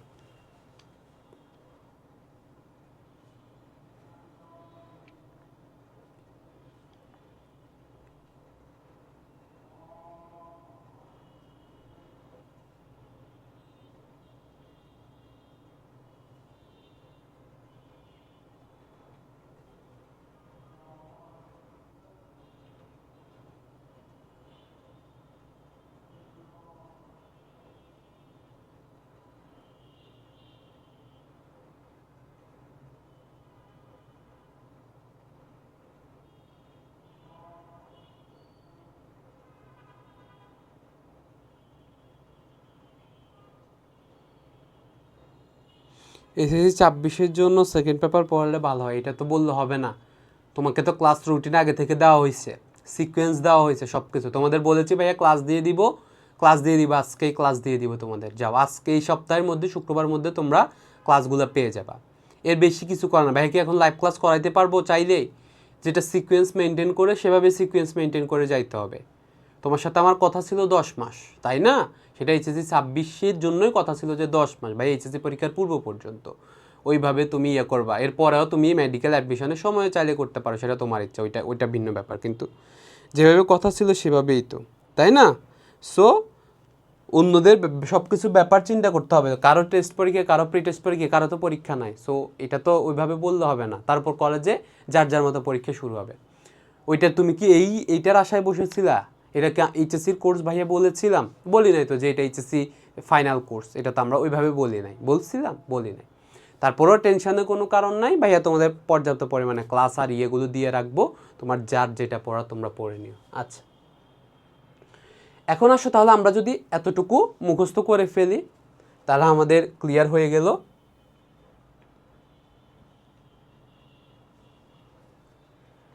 সবার মুখস্থ হয়ে গেছে মোটামুটি। এখানে দেখো, এখানে কি পরিমাণে দাগাদাগি, অর্থাৎ এখানে প্রচুর পরিমাণে ম্যাথ আসছে। এটা যদি তুমি ভিজুয়ালি রিপ্রেজেন্ট করতে চাও, এটা হচ্ছে ভিজিবলকে আবার এভাবে, বই কালার না এই জন্য, বাট তোমাদের বইয়ে তো সাদা কালো, কালার নেই। কালার থাকলে বইটা কালার হইতে, মানে কালার না থাকলে এটা দিয়ে আর কি লাভ, তাই না? এটা বোঝা যায় নাকি? এটা হচ্ছে ভিজিবল রে, ওই যে একটু আগে যেটা দেখিয়েছি না ভাইয়া তোমাদেরকে কালারফুল, বেগুনি থেকে লাল পর্যন্ত, ওইটা খুব ইম্পর্টেন্ট। ওকে, আচ্ছা। আর কি তোমাদের এখানে কিছু লাগবে না, যেটা আমরা দেখেছি মোটামুটি এটাতে। এখানে কিন্তু একটা জিনিস খেয়াল রাখা, এই যে দেখো মেগা বারবার বলে অনেক সময়, এটা 10⁶ হার্টজ, ওই যে গিগা 10⁹ ওকে, এটা যেন আমাদের মাথায় থাকে। আর কিলো এটা তো আমরা জানি। এখন আসো তড়িৎচুম্বকীয় অঞ্চলসমূহ। এর মধ্যে আমরা আজকে শুধুমাত্র দৃশ্যমান আলোর পর্যন্তই যাব, আমাদের যে অঞ্চল সেটা। আমরা বাকি অঞ্চলগুলোর মধ্যে অতিবেগুনি আর অবলোহিত সহ বাকিগুলো কালকের ক্লাসে দিয়েছি, যেগুলোর ব্যবহার সহ বাকিটুকু আমরা কালকের ক্লাসে পড়বো। আজকে আমরা জাস্ট দৃশ্যমান অঞ্চল নিয়ে কথা বলবো আর ম্যাথ করবো, আমাদের ওই দিকে আজকে যাবো না আমরা। তো আমরা একটু দেখে নিই যে কোনটাতে কি বলেছে। গামারশ্মির কথা বলেছে, আমরা জানি গামারশ্মির ক্ষেত্রে কি এটা অত্যন্ত তরঙ্গদৈর্ঘ্য খুবই ক্ষুদ্র, কিন্তু শক্তি কিন্তু সবচেয়ে বেশি। মহাজাগতিক রশ্মি তো বাদ, ওইটার হিসাব তোমাদের করার দরকার নেই। এই শক্তি অনেক বেশি, তাই না? এটা কোত্থেকে বের হয়, এটা কি আমরা পারবো না? এটা তো আমরা পারতামই। যে তেজস্ক্রিয় আইসোটোপ থেকে 3টা রশ্মি বের হয়, এর মধ্যে একটা হলো গামা রশ্মি, বাকি 2টা কি আলফা এবং বিটা। উল্টা পাল্টা কথা বললো না, আলফা এবং বিটা, আর একটা কি গামা। এটা তো আমরা পড়েছি, এটা আমরা পারবো, তাই না? দ্বিতীয় দেখো, মসবাওয়ার বর্ণালিমিতিক যন্ত্র স্পেসিফিক এবং নিউট্রন সক্রিয়করণ বিশ্লেষণ বা NAA, এই প্রক্রিয়ায় এটা ব্যবহার করা যেতে পারে। হ্যাঁ, এইরকম লেভেলে মসবাওয়ার বর্ণালিমিতি যন্ত্রতে এই গামারশ্মি ব্যবহার করা যেতে পারে। গামারশ্মির আরেকটা বড় কাজ, যেটা একমাত্র ব্যবহার না বললাম, ক্যান্সারের চিকিৎসায় গামারশ্মি ব্যবহার করা হয়। এটা লিখে রাখবা যেখানে পারো সেখানে। ওকে, দ্বিতীয় হলো রঞ্জন। রঞ্জন রশ্মি মানে এক্স রে, তোমরা জানো আবিষ্কার করেছেন বিজ্ঞানী রন্টজেন, এবং ওই অনুযায়ী এক্স রে বলা হয়, এক্স রে। ওকে, এটা আমরা জানি এক্স রে। তাহলে এক্স রে এটা নিয়ে আমরা পড়াশোনা করবো, আমাদের এক্স রে নিয়ে নিচে আমরা পড়বো। তবুও একটু জেনে রাখো, এক্স রে ফ্লোরোসেন্স বা প্রতিপ্রভা বিশ্লেষণ, এক্স রে ইমিশন বিশ্লেষণে, অনেক সময় এক্স রে ক্রিস্টালোগ্রাফিতে এই রঞ্জন রশ্মি ব্যবহার করা হয়। এর মধ্যে একটা গুরুত্বপূর্ণ কথা হলো এক্স রে নিঃসরণ, যেটা আমরা ব্যবহার করি। এক্স রেরও অনেকগুলো ধরন আছে, তোমরা গেলে মজা যে সবল এক্স রে, কোমল এক্স রে, এটা নিয়ে আমরা কথা বলবো, জাস্ট এমনি জেনে রাখলাম। অতিবেগুনি রশ্মির 10 থেকে 380। অতিবেগুনি রশ্মির একটা গুরুত্বপূর্ণ ইউজ আছে, এগুলো তো রেগুলার ইউজ, এমনি ব্যবহার কি বা এই জায়গাগুলো কি, এগুলো ফিজিক্সে আমরা কি রসায়ন পড়াচ্ছি এখন না, পদার্থবিজ্ঞানে কিন্তু এই একই জিনিসের একটা চার্ট আছে বর্ণালী নিয়ে, ওইটা একটু পড়ে ফেলতে হবে। এইটা ক্লাস শেষ হইলে একটা চার্ট দিতে হবে। পদার্থবিজ্ঞানে একটা চার্ট আছে এই সেম জিনিসের, ওইখানে সুন্দর করে লেখা আছে যে কি কি ব্যবহার কোনটার, ওইটা থেকে প্রশ্ন আসে, বুঝতে পেরেছো? সো ওই জিনিসটাই এই জিনিসটার সাথে ওইটা একই জিনিস, তো ওই তো ভালো করে পড়তে হবে। অতিবেগুনি রশ্মি, এটার অনেকগুলো ব্যবহার আছে, দেখতে পেয়েছো সবগুলোতে লাল কালিতে দাগানো আছে, অর্থাৎ এগুলো খুব গুরুত্বপূর্ণ। অতিবেগুনি রশ্মিগুলোর ইউভি রশ্মি, ইউভি রশ্মির এমনি কাজ কি, সূর্যের আলোতে তোমরা জানো আমরা ইউভি রশ্মি পাই, এটা আমাদেরকে ভিটামিন ডি দেয়। নাইট গগলসে ইউভি রশ্মি ব্যবহার করা যেতে পারে, বেশিরভাগ ক্ষেত্রে আয়ারই ব্যবহার করা, অবলোহিত, যেটা নাইট গগলসে দেখা যায়। আচ্ছা আসো, ইউভি ফটো ইলেকট্রন, আমাদের যেটা দরকার দেখো এই জায়গাগুলোতে ছোটো ছোটো ছোটো ছোটো কিছু দরকার। প্রথম হলো ইউভি রশ্মির মধ্যে একটা রেঞ্জ, যেমন 380 ন্যানোমিটার থেকে 300 থেকে 320 ন্যানোমিটার, এটা চিকিৎসা ক্ষেত্রে লাইট থেরাপিতে ব্যবহার করা যেতে পারে। Okay fine. এটা দেখো প্রোটিন অ্যানালাইসিসে 270 থেকে 360, আর 280 থেকে 400 সেল, 400 সেল। হ্যাঁ, এটা শুধু মনে রাখবে, এটা তোমাদের কাছে, এটা মেডিকেল ইমেজিংয়ে ব্যবহার করা হয়। মেডিকেল ইমেজিং মানে মেডিকেলের ছবি বানানোর জন্য, এটা খুব গুরুত্বপূর্ণ। এই 400 সেল, এটা শুধু মনে রাখবে, এটা তোমাদের কাজে লাগবে, ঠিক আছে? এটা কাজে লাগবে। ওকে, এগুলোই বাকি ইয়েটু। তারপরে এটা এমনি জেনে রাখতে পারে এটা কী কাজে, অপটিক্যাল সেন্সর রূপে, সেন্সরে ব্যবহার করা যেতে পারে, জীবাণুনাশে ব্যবহার করা যেতে পারে, লেভেল ট্র্যাকিংয়ে ব্যবহার করা যেতে পারে, ড্রাগ শনাক্তকরণে ব্যবহার করা যেতে পারে। ওকে, এখন আসে আমাদের মূল অঞ্চল, সেটা হলো দৃশ্যমান। এটা নিয়ে কোনো কথা নাই, লেখায় আছে যে দৃশ্যমান অঞ্চল। এটা কি লেখা আছে যে পরমাণু যোজিত স্তরের ইলেকট্রন এই অঞ্চল থেকে প্রজন্মত রশ্মি শোষণ ও বিকিরণ করে বর্ণালী সৃষ্টি করে। এটা নিয়েই আমরা একটু পরে কথা বলবো, এটা হচ্ছে আমাদের মেইন টপিক আজকে। বাকিগুলো জাস্ট একটু একটু আছে, এটা নিয়ে আবার বিস্তারিত আছে সামনে। ইনফ্রারেড অবলোহিত অঞ্চল এর সামনে, এটা খুবই ইম্পর্টেন্ট কথা। তার মধ্যে একটা হলো নিয়ার আইআর। নিয়ার আইআর মানে হলো লাইক, এটাকে 3 ভাগে ভাগ করছে, নিয়ার, ফার, তারপরে যত আস্তে আস্তে কমতেছে এরকম, নিয়ার, মিডল, ফার আইআর এরকম। এর মধ্যে 3টা জিনিস ব্যবহার জানতে হবে। এক হলো চিকিৎসা ক্ষেত্রে ব্যবহার করা হয় নিয়ার আইআর, ওকে। মিডল আইআরের স্পেসিফিক 2টা কাজ আছে, এটাকে বলা হয় বডি রশ্মি, এটা সামনে আবার পড়াবো। বাট ইম্পর্টেন্ট হলো জৈব যৌগের কার্যকরীমূলক শনাক্ত করার জন্য আমরা যে টেস্ট করি না, একটা হলো কেমিক্যাল টেস্ট করি, এটা তো আমরা জানি নাকি, যে ফেনল শনাক্ত করার জন্য একরকম টেস্ট করি, অ্যালকোহল শনাক্ত করার জন্য একরকম টেস্ট করি, তারপরে ক্লোরিন যৌগ শনাক্ত করার জন্য একরকম টেস্ট করি। এটা পড়াই নাই, জৈব যৌগ তোমাদের পড়াই নাই, ওই জন্য তোমরা জানো না, কিন্তু জানবা। এই জৈব যৌগের এখন বলবো আবার কার্যকরীমূলক কি। ফেনলের যেমন OH, তোমরা অ্যালকেন অ্যালকাইন এগুলোতে পড়েছো না, যে অ্যালকেনে আমাদের 3 বন্ধন, অ্যালকিনে দ্বিবন্ধন, অ্যালকাইনে একক বন্ধন, তাই না? তারপরে তোমরা পড়েছো না যে OH থাকলে অ্যালকোহল বলে, তারপরে অ্যামাইড বলে, তারপরে কি অ্যামাইনো মূলক থাকলে এগুলোকে অ্যামাইনো যৌগ বলে, এই জায়গাগুলো। সো এই কথাগুলো ওই ধীরে ধীরে ওই জায়গাগুলোতে যাবা। আমরা যখন কার্বোহাইড্রেট পড়েছি তখন আমরা বলছি অ্যালডিহাইড বলে, কিটোন বলে। তাহলে এই নির্দিষ্ট কিছু সাইন আছে, নির্দিষ্ট কিছু অংশ আছে যেগুলো ওই যৌগের মধ্যে থাকলে ওই যৌগের নাম হয় ওইটা। যেমন তোমরা বলেছো 3 বন্ধন থাকলে একটা 3টা কি বলবো বলো, একটা ত্রিবন্ধন থাকলে ওইটাকে আমরা কি বলি, অ্যালকাইন বলি। সো এরকম একটা থাকলেও যথেষ্ট, এরপরে 2টা 3টা যাই থাকুক, একটা থাকাই যথেষ্ট। এই যে এগুলোকে বলে কার্যকরীমূলক। ওকে, এগুলো শনাক্ত করা যায়, অর্থাৎ ওই যৌগটা কোন গ্রুপের এটা বলে ফেলা যায়, এটা আমরা জানতে হবে।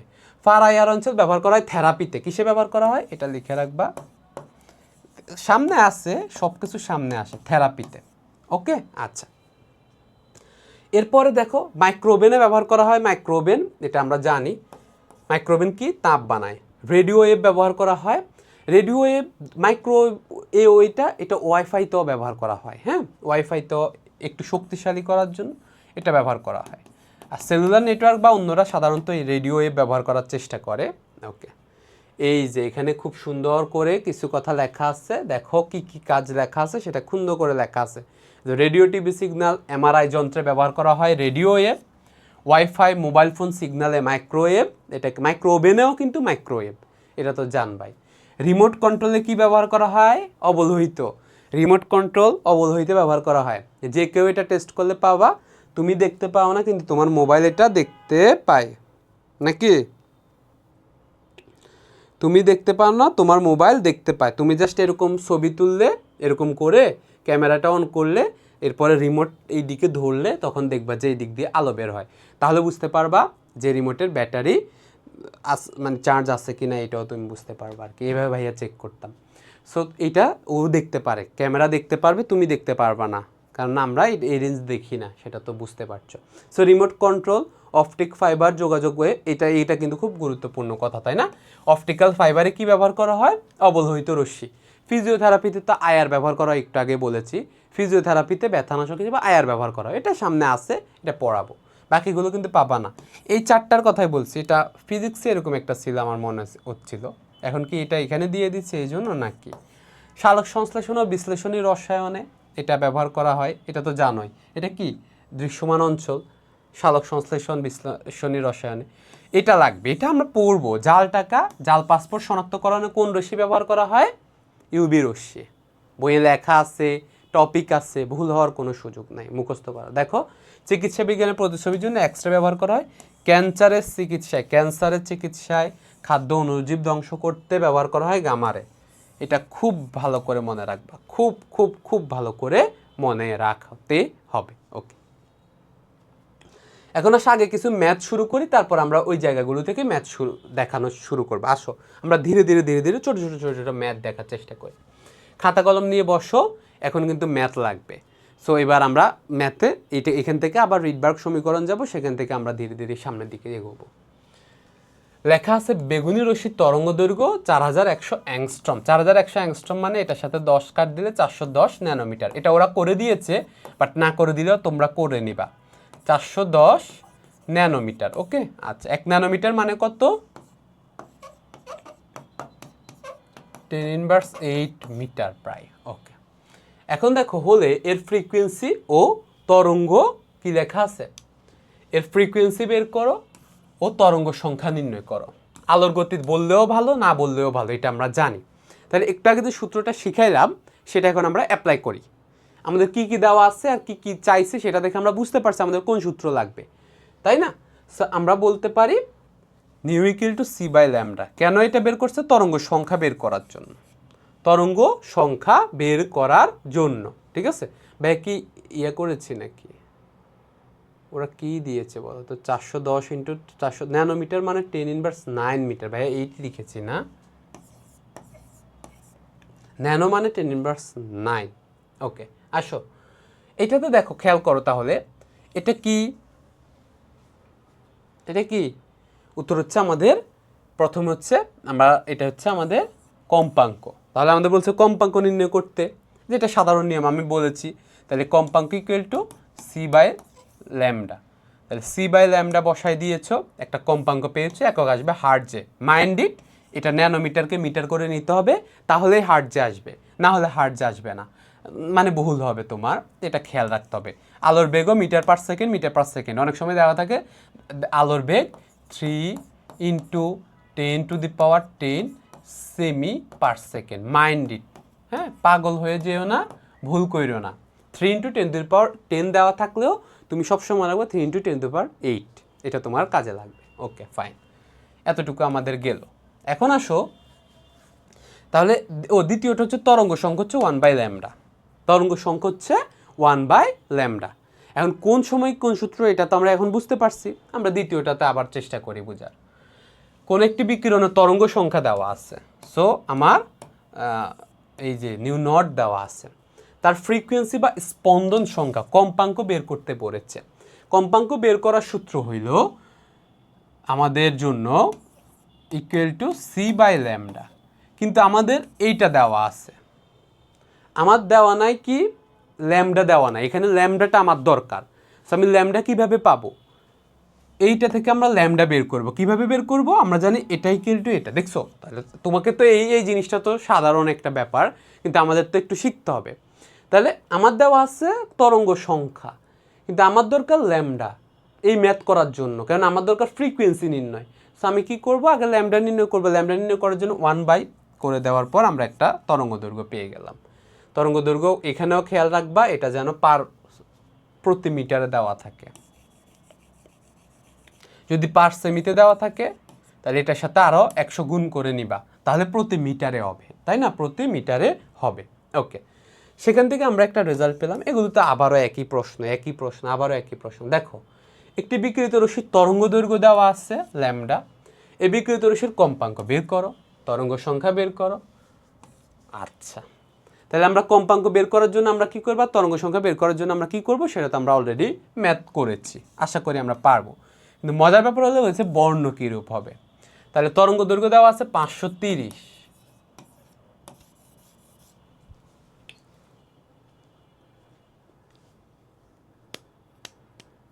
এখন আসো তোমাদের এতক্ষণ ধরে যে জিনিসটা এই জন্য বলেছি, যদি এরকম তুমি আগে বের করো, মানে আমরা ম্যাথ যেদিকে যাবে সেটা যখন তুমি বের করবে তখন তুমি আবার এই চারটা আবার আসবা।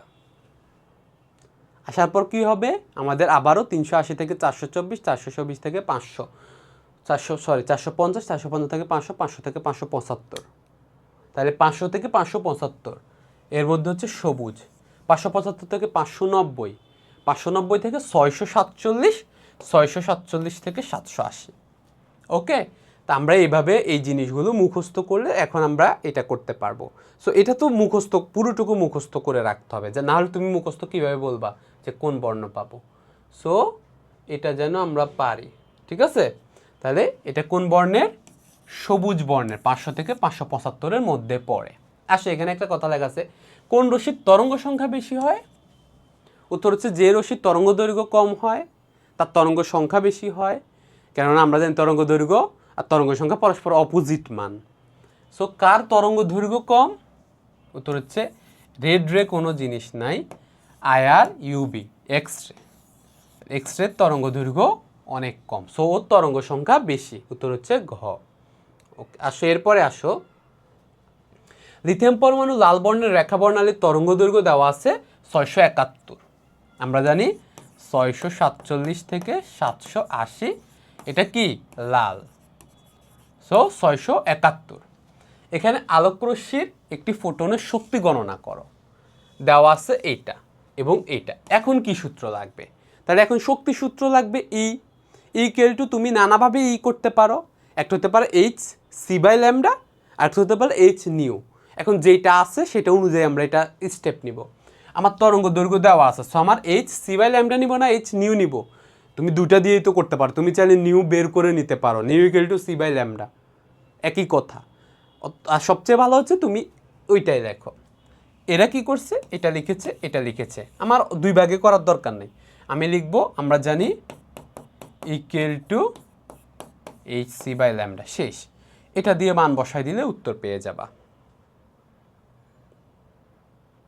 উত্তর পেয়ে যাবা। ওকে, এবার আসো মূল কথা। এখানে দুটো ব্যাপার, আগে একটা ছোট ম্যাথ দেখাই, তারপর আমরা যেভাবে বলবো সেভাবে আমরা ম্যাথ করব। বাট একটা ছোট ম্যাথ দেখো, লেখা আছে হাইড্রোজেন পরমাণু ইলেকট্রনটি তৃতীয় বর্গ কক্ষপথ থেকে প্রথম কক্ষপথে লাফিয়ে পড়লে তরঙ্গ দৈর্ঘ্য সেন্টিমিটার আর অ্যাংস্ট্রম এককে প্রকাশ করো। তরঙ্গ দৈর্ঘ্য সেন্টিমিটার আর অ্যাংস্ট্রম এককে প্রকাশ করো। ওরা কি করছে, দুইটা শক্তি বের করছে এই সমীকরণ থেকে। একটা আমরা জানি E1 এর শক্তি বের করছে ওরা, আর E3 এর শক্তি বের করছে, E3 এর শক্তি বের করছে। ওকে, এটা বের করার পর ওরা এটা দিয়ে এই সমীকরণে বসাই এটা করছে। কিন্তু আমরা এভাবে সবসময় পারবো না, এটার জন্য আমরা আরেকটা পদ্ধতি ব্যবহার করব। এই পদ্ধতি ইউজ না করে, সেটা হচ্ছে রিডবার্গ সমীকরণ দিয়ে আমরা বিভিন্ন বর্ণালী কথা বলবো। এখন আসো আমরা ওই ম্যাথে চলে যাই, তারপর আবার আমরা এই নিয়মেও আসব। এই নিয়মটা করার জন্য তোমাদের আগে থেকে ওই মানগুলো মুখস্থ করে রাখতে হবে। ভাইয়া প্রথম কক্ষপথে বেগ বের করে শক্তি বের করে রাখতে বলছি। সো প্রথম কক্ষপথে যদি শক্তি বের করে রাখো, পরে তৃতীয় কক্ষপথ আর চতুর্থ কক্ষপথ আর পঞ্চম কক্ষপথ আর ষষ্ঠ কক্ষপথ যাই বলুক না কেন, তোমরা এটা বের করতে পারবা, অবশ্যই পারবা, একই কথা। কিন্তু এখন আমরা ওইটা করব না, আমরা করবো এখন অন্য নিয়ম। এটাও আমরা করতে পারি, সেটাই হচ্ছে আমাদের মেইন কথা। ভাই একটা বোর্ড প্রশ্ন লিখি, তারপরে তোমরা এই জায়গায় বুঝতে পারো যে আসলে ভাই কি বলতে চাচ্ছি।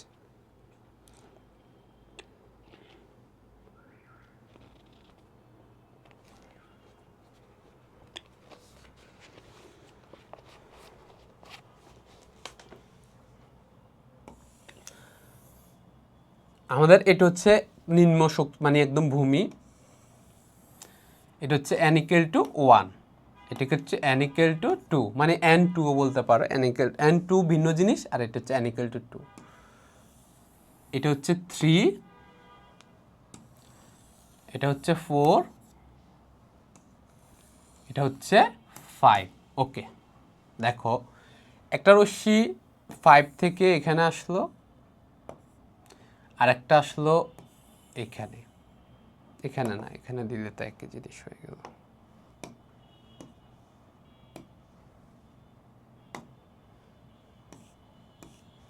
আরেকটা আসলো এখান থেকে দ্বিতীয়টাতে। এটা হচ্ছে আমাদের বি, এটা হচ্ছে ঘটনা এ। এই হচ্ছে আমাদের প্রেক্ষাপট। একই জিনিস যেটা মুখে বলেছে ওরা, যে দ্বিতীয় থেকে তৃতীয়তে আসলে বা এইটা থেকে ওইটাতে আসলে, এই ম্যাথটা আমাদের জন্য খুব জরুরি। মানে এটাই আমাদের ম্যাথের প্রথম শুরু, ব্যাপারগুলো এগুলো। আচ্ছা, প্রথমে আমাদের লক্ষ্য করতে হবে কোত্থেকে শুরু হয় কোত্থেকে শেষ হয় এবং এর পিছনে গল্পটা কি। আমরা গল্পটা খুব সহজে পড়িয়েছি, তারপরেও আমরা আবারও ওই রিক্যাপ করার চেষ্টা করি। একটা পরমাণুর নিম্ন শক্তি স্তর আর উচ্চ শক্তি স্তরের ব্যাপার আছে। কার শক্তি বেশি এখানে? উত্তর হচ্ছে এটা যদি হয় E1, এটা যদি হয় E2, এটা যদি হয় E3 শক্তি, E3 এর শক্তি এখানে বেশি, এরপরে E2 এর শক্তি, এরপরে E1 এর শক্তি। সহজ কথা, কক্ষপথ যত বড় তার শক্তি বেশি। একটা ইলেকট্রন যদি নিম্ন কক্ষপথ থেকে উচ্চ কক্ষপথে যেতে চায়, এখানে ছিল এখানে আসতে চায়, তাহলে ও শক্তি শোষণ করতে হবে। এটাকে বলা হয় শোষণ বর্ণালী। এই বর্ণালী কালো, এটা তুমি দেখতে পাবা না, সো এটা আমাদের জানার ইস্যু না।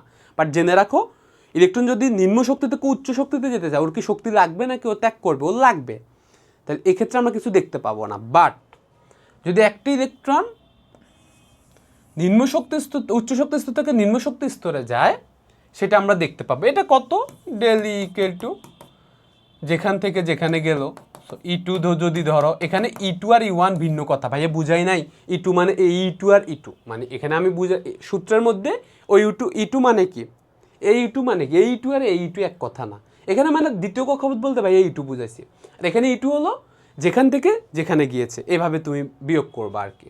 আসো এই জায়গায় তাহলে খেয়াল কর, এটা হচ্ছে উচ্চ শক্তির স্তর, এটা হচ্ছে নিম্ন শক্তির স্তর। তো উচ্চ শক্তির স্তর থেকে আমার যদি নিম্ন শক্তির স্তরে যায়, তাহলে উচ্চ শক্তির স্তর থেকে যেখান থেকে নিম্ন শক্তির স্তরে গেল, এটা যদি আমরা বিয়োগ করে দিই, আমরা একটা ভালো মান পাবো এর।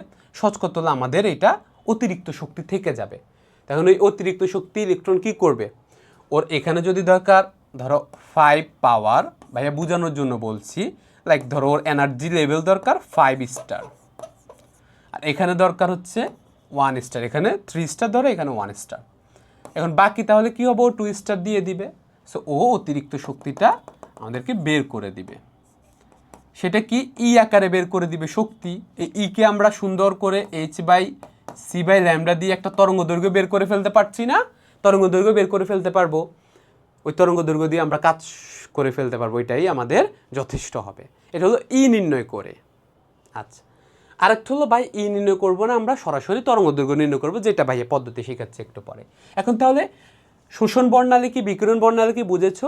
ইলেকট্রন যখন নিম্ন শক্তি স্তর থেকে উচ্চ শক্তি স্তরে যায়, তাহলে শোষণ বর্ণালী হচ্ছে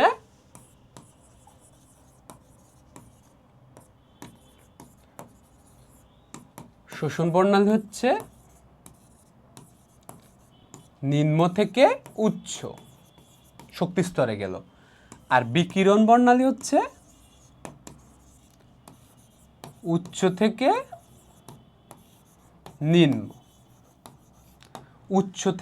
নিম্ন শক্তি স্তর। তাহলে এটা তো আমরা বুঝতে পেরেছি। এটা থেকে তাহলে আমরা এই ক্ষেত্রে আমরা কি সমীকরণ বের করবো? আমরা যদি দুইটার বর্ণালীর আমরা পাই, আমাদের যদি শক্তির লেয়ার বলে দেয়, তাহলে আমরা বলতে পারবো ডেল ইকুয়াল টু, মানে ইকুয়াল টু E2/E1। আমরা বলতে পারি, যেহেতু আমরা শোষণ বর্ণালী হিসাব করি না, আমরা বিকিরণ বর্ণালী হিসাব করি মেনলি, সো সেক্ষেত্রে ধরো আমরা বলতে পারি বেশি থেকে কম, এরকম আর কি। আচ্ছা, এটা যখন তুমি করেছো, এটা মানে কি hc/λ বা h নিউ। দেখছো, এই সবগুলো সমীকরণ কথা একটাই। আচ্ছা, এখন এটা যখন বুঝতে পেরেছি, এবার আমরা আবার ম্যাথে চলে আসি। ওইটা গেল এক পদ্ধতি, যেটা থেকে আমরা বের করবো, যেটা একটু আগে দেখাইছি ম্যাথ। কিন্তু আমরা যেটা রেখে গিয়েছি সেটাই আমরা অন্য পদ্ধতিতেও করতে পারি। আমরা বলেছি বর্ণালীতে এরকম কিছু সিরিজ তৈরি হয়, তাহলে নির্ভর করবে কোন পর্যায়ে এসেছেন। মনে রাখবা, যে কোনো পর্যায় থেকে, সেটা যদি হয় এই পর্যায়, এখান থেকে এখানে এসেছে, আচ্ছা এটা বাদ, এটা তো আসছে অলরেডি। এটা কততম কক্ষপথ জানো? 1 2 3 4, 4 থেকে। তাহলে 4 থেকে যদি একে আসে, 3 থেকে যদি একে আসে, এগুলোর ক্ষেত্রে সবই একই কথা, এগুলোকে বলা হয় একটা সিরিজ। একে আসলে তাকে বলা হয় লাইম্যান সিরিজ। কি সিরিজ বলে? মানে লাইম্যান, এই জায়গাগুলোতে যারা আসবে, এই বর্ণালীগুলো, এগুলোকে আমরা বলবো লাইম্যান সিরিজ।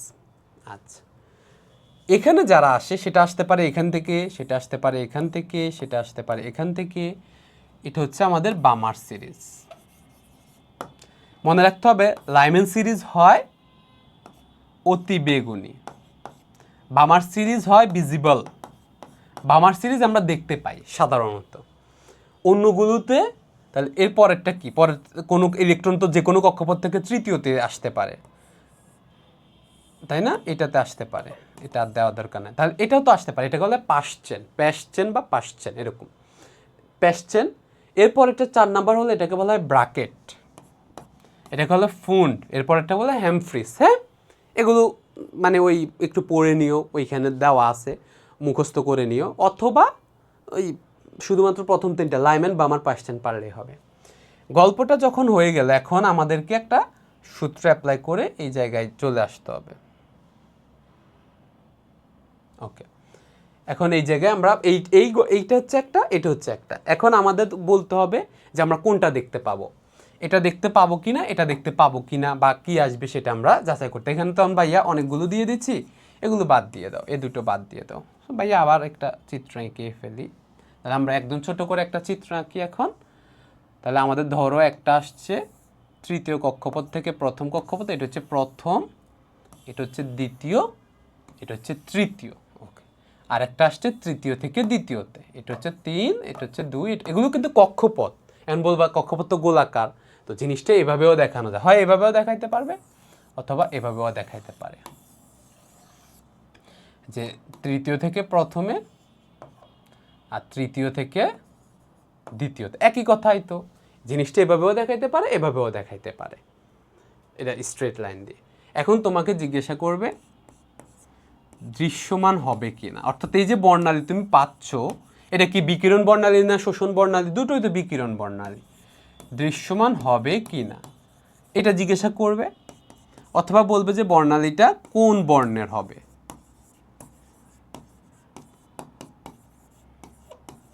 ওকে, এটার জন্য আমাদের একটা সমীকরণ লাগবে। সমীকরণ হচ্ছে তরঙ্গ সংখ্যা ইকুয়াল টু RH রিডবার্গ ধ্রুবক 1/n1 স্কোয়ার 1/n2 স্কোয়ার, শেষ।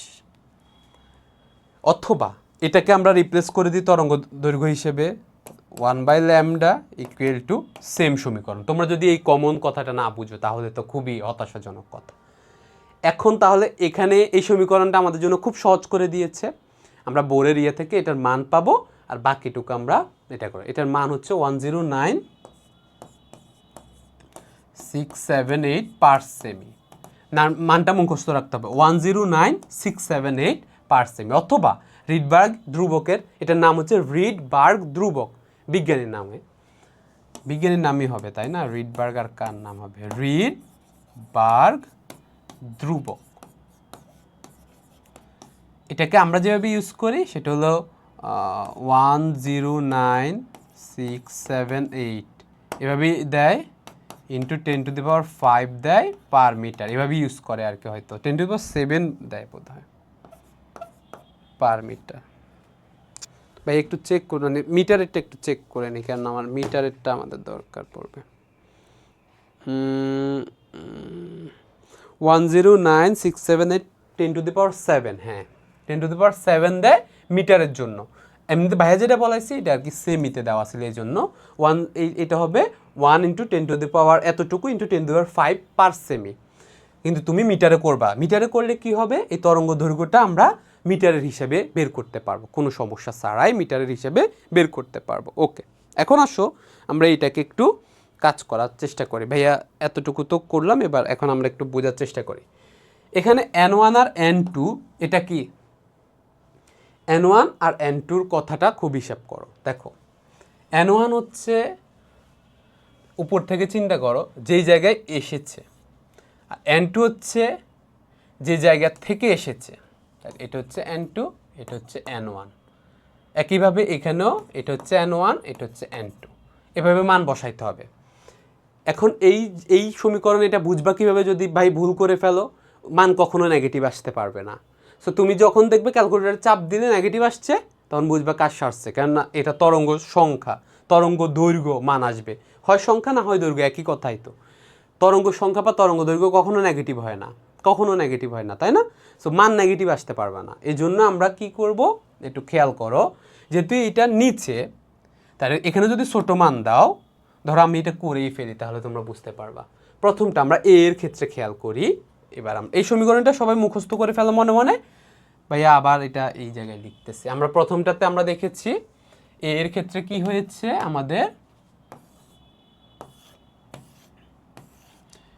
3 থেকে 1 এসেছে, আর বাকিটাতে বি এর ক্ষেত্রে কি হয়েছে, 3 থেকে 2 এসেছে, শেষ। ওকে, এখন আসলে আমরা বলতে পারি equal to RH into 1/n1 square minus 1/n2 square, n2 আবার স্কোয়ার, দুইটার মধ্যে খেয়াল রাখবা। ওকে, এখন এইটা যখন বুঝতে পেরেছো, এবার তুমি কোনটা n2 আর কোনটা n1 বসাবা, এই ক্ষেত্রে আর এই ক্ষেত্রে। প্রথম এর ক্ষেত্রে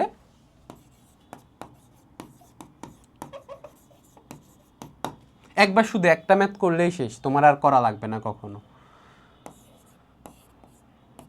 এটা বসাইতে পারো, অথবা চাইলে বারবার এটা না করে 1/λ বসাই দিতে পারো, অথবা এটা বসাই তারপরে মান উল্টাই দিতে পারো, যেটা তোমাদের ইচ্ছা। তবে প্রথমে এটা সূত্র কিন্তু এটা, সো এটা করলে এরকম থাকবে, না হলে উল্টো হয়ে যাবে। তোমাদের গাইড বা বেশিরভাগ বই আবার উল্টো করে। প্লিজ যে কোনো এক নিয়ম শিখবা, ভাইয়া যেমন একটাই শিখাবো, একটাই তোমার জন্য যথেষ্ট, এর বেশি লাগে না। সো এরকম তো আমরা প্রথমে এটাই রাখি নাকি, আমরা প্রথমে এটাই রাখি তারপর আমরা উল্টাই নিব, সমস্যা নেই। আর এর মান কত? 1.09678 ইন্টু 10⁻7 মিটারের হিসাবে। এটা তো কোনো মান না কক্ষপথের। 1/, এখানে কত বসাবো? n1 এর মান, এই ক্ষেত্রে চিন্তা করো 1² বসাবো, মাইনাস 1/, এখানে কত বসাবো? 3²। কারণ যদি আমি এটা না বসাই, উল্টেটা বসাই 1/1, এখানে নিচের যেহেতু সংখ্যাটা ছোট হইলে মানটা কি হবে? বড়। এর থেকে নিচের সংখ্যাটা বড় হলে মানটা হবে ছোট, বড় থেকে ছোট বিয়োগ যাবে। না হলে যদি আমি উল্টোটা করতাম তাহলে দেখো মান চলে আসবে নেগেটিভে, 1/9 মাইনাস 1। 1/9 বড় না 1 বড়, উত্তর হচ্ছে 1 বড়, তখন মান চলে আসবে নেগেটিভে। Be careful. ওকে, এটাকে দিলা, এরপরে এটাকে আবার রাখলা। সো ভাইয়া লিখলাম না, তোমরা এটা লিখতে হবে অবশ্যই। 1 মাইনাস 1/9, এটাকেও ভাইয়া আবার আরেক লাইনে লিখতে চাচ্ছি না, তারপরে এদিকে লিখে দিই। এটা হচ্ছে আমি RH লিখে রাখি, তাহলে তোমরা বুঝতে পারবা। এটা হবে, দেখো এই জায়গায় খেয়াল করো, তাহলে নিচ হচ্ছে 9, উপর হচ্ছে 9 × 9 মাইনাস 1, 9 মাইনাস 1। এইসবও ভাইয়া লিখতে চাই না, 8/9। এখন বলবা ভাইয়া পরীক্ষায় কি এত স্টেপ ফলো করা লাগবে? তো হচ্ছে কোনো স্টেপ ফলো করা লাগবে না। এটা লিখে যদি সরাসরি মান বসাই দাও, কারো কোনো আপত্তি নাই, টিচারের কোনো আপত্তি নাই। তুমি কি করবা? তুমি আগে ঠান্ডা মাথায় এই অংশ আর এই অংশ থেকে এরকম একটা সংখ্যা বের করবা, ভগ্নাংশ বের করবা। কত? 8/9। এটা থেকে এটা বিয়োগ দিলে 8/9। এটা করে গুণ করে ফেলো, অথবা অপেক্ষা করো। কারণ আমরা এখন যদি 1/λ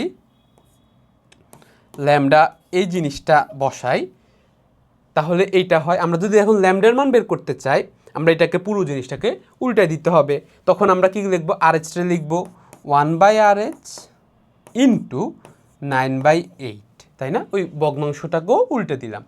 এত ঝামেলা করার দরকার আছে না। যদি তা চাও যে ঝামেলা কোনো করতে চায় না, তাহলে এইসব কিছু করার দরকার নেই। এই মান একটু আগে যে মানটা দেখালাম, এটার গুণ করে দাও, গুণ করে একটা রেজাল্ট আসবে। তাহলে 109, এটা হচ্ছে এইটার মান ইন্টু 8/9। এটা করার পর এটাকে উল্টো করে দাও। উল্টো করে দিলে তখন তুমি এরকম একটা ল্যামডার মান পাবা। তাহলে তুমি লিখতে পারবা ল্যামডা ইকুয়াল টু 1/RH 9। এটা কত আসে আমাকে একটু কমেন্ট করে জানো।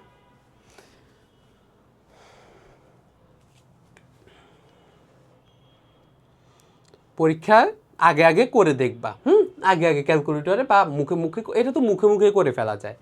আগে এটা করে দেখবা, তারপরে মান বসাবা। অবশ্যই না জেনে না শুনে মান বসানো যাবে না, কেন পরীক্ষায় 2বার করার সুযোগ পাবা না। মাইন্ডেড।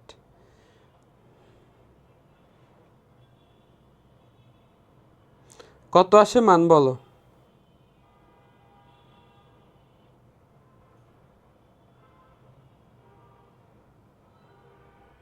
আজকে স্টুডেন্ট এত কম কেন?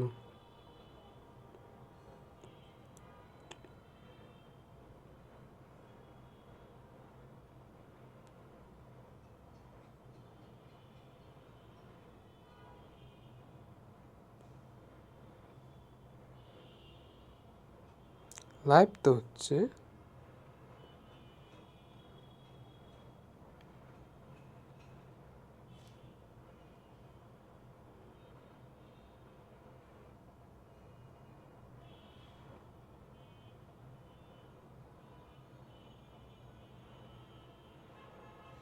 এখানে দেখতে পাচ্ছি না কেন বলো তো?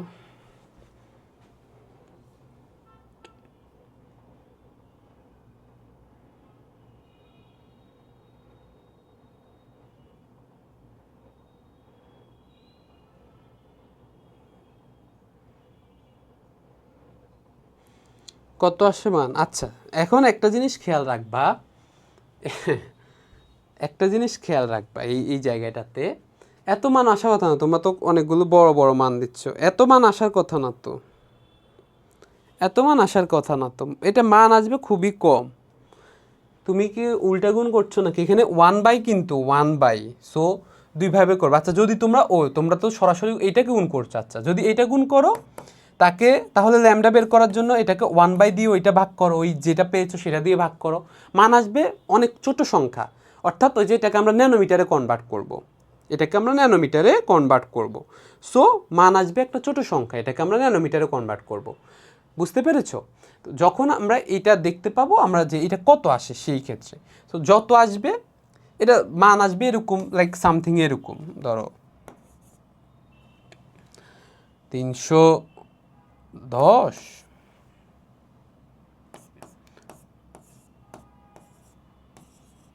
এরকম। এরকম আসবে না, লাইক এরকম থাকবে আর কি, 3 পয়েন্টস এরকম যদি থাকে এটা দিয়ে, অথবা উল্টো যে কোনো ইয়ে থাকে, তখন আমরা গুনে গুনে গুনে গুনে প্রথম 3টা সংখ্যা ইনটু ন্যানোমিটার এরকম করে আমরা বসাই দিতে পারি এটা রেজাল্টটা -3তে, অথবা সাইন্টিফিক ইয়েতে চাপ দাও তোমার ক্যালকুলেটর, দেখবে যে এরকম একটা ওরা এরকম সংখ্যা বানাই দিবে এটাকে।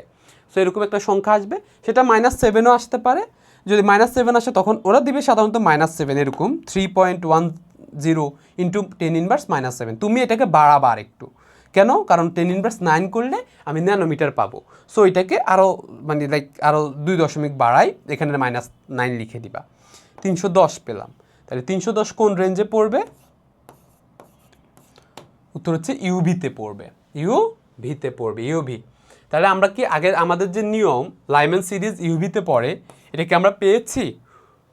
উত্তর হচ্ছে হ্যাঁ পেয়েছি।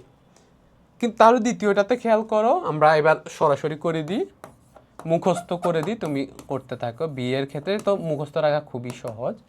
ধরো আমরা আগে এটা করি, equal to RH into 1/1 square minus 1/2 square. আর তুমি চাইলে RH লিখে রাখতে পারো, শেষে গিয়ে RH এর মান বসা দিতে পারো, এটা আরও স্মার্ট টেকনিক। নিচে হবে 4, এখানে হবে 4 - 1 3, নাকি এটা নাকি এটাও শেখানো লাগবে? চিন্তা করো, এই জিনিসটা চিন্তা করো। এটার অর্থ হলো 1/1, 1 - 1/4। এর অর্থ কি? এর অর্থ হলো বাকি রইল 3/4, বা নিচে হলো 4, উপরে হচ্ছে 4 - 1 ইকুয়াল টু 3/4। শুধু কি এটা আসবে না, যদি একে না এসে 2 আসতো তখন কি হইতো? 1/2 - 1/3। এখন অনেকে আবার বলবে স্যার যদি 1/2 আর 1/2, এটা বোকা, 1 থেকে 1 আসে নাকি, 2 থেকে 2 আসে নাকি? তাই তখন তো শক্তি শূন্যই, শক্তির ব্যবধান বর্ণালী কিছুই পাবা না। যদি এরকম হয় ধরো, তখন এটা কি হইতো? 1/4 - 1/9 এরকম হইতো। এরপরে তুমি এটাকে কি করবা? 4 নং 36 নিচে দিবা 36, উপর হবে এখান থেকে হবে 9 - 4 ইকুয়াল টু 5/36। একদম ইজি কথা। এটা করেছো, এটা করেছো, আমরা লিখতে পারি না 3 ইন্টু RH/4। ওকে, এবার তাহলে আমাদের 1/λ হচ্ছে এই জিনিসটা, ল্যামডা ইকুয়াল টু হচ্ছে 4/3 ইন্টু RH। এবার RH এর মান বসাই দাও, এখন যত মান বলেছি ভাইয়া সেটা বসাই দিলে এখানে একটা মান পাবা। এই মানটা একটু ভালো মান আসবে, ধরো এই মানটার মান আসলো আমাদের 720 ন্যানোমিটার। এখন তাহলে এটা দৃশ্যমান হবে কি হবে না? অবশ্যই হবে। তোমরা বলো কত আসে সেটা। তাহলে দৃশ্যমান হবে কি হবে না? উত্তর হচ্ছে হবে। কোন বর্ণ হবে? প্রথম শর্ত হলো দৃশ্যমান হবে কি হবে না। যদি এটা বলে বলবো যে দৃশ্যমান অঞ্চলে হবে, কারণ দৃশ্যমান অঞ্চল হচ্ছে 380 থেকে 780 ন্যানোমিটার। কিন্তু যদি বলো কোন বর্ণ হবে, এটা তবে বলবা যে লাল। কিভাবে বলবা? বলবা যে বইয়ে যেভাবে দেওয়া আছে যে এটি এই যেহেতু লাল বর্ণের বর্ণালী হচ্ছে এত থেকে এত, এটি লাল বর্ণের মধ্যে পড়ে, তাই না? এই আর কি। কে কে ম্যাথ বুঝেছে আমাকে একটু কমেন্ট করে জানা। এই ম্যাথ কে কে বুঝেছো? এই ম্যাথ দিচ্ছে তোমাদের মিনিমাম 50টা বোর্ডে, মানে 50টা প্রশ্নে একই কথা একই কথা একই কথা। আর হচ্ছে কোয়ান্টাম সংখ্যা, আর হচ্ছে কোয়ান্টাম সংখ্যা, কোয়ান্টাম সংখ্যা যেমন দিয়েছে দেখো, একটা ইয়ে দেখাই তোমাদের সৃজনশীল।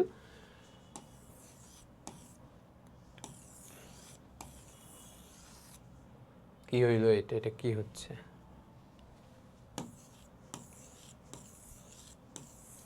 এরকম দিয়েছে n ইকুয়াল টু এটা কত 4 3 2 1। আচ্ছা এরকম দিয়েছে, ওকে ফাইন। তোমাদের গতে দিয়েছে n সর্ববহিস্থ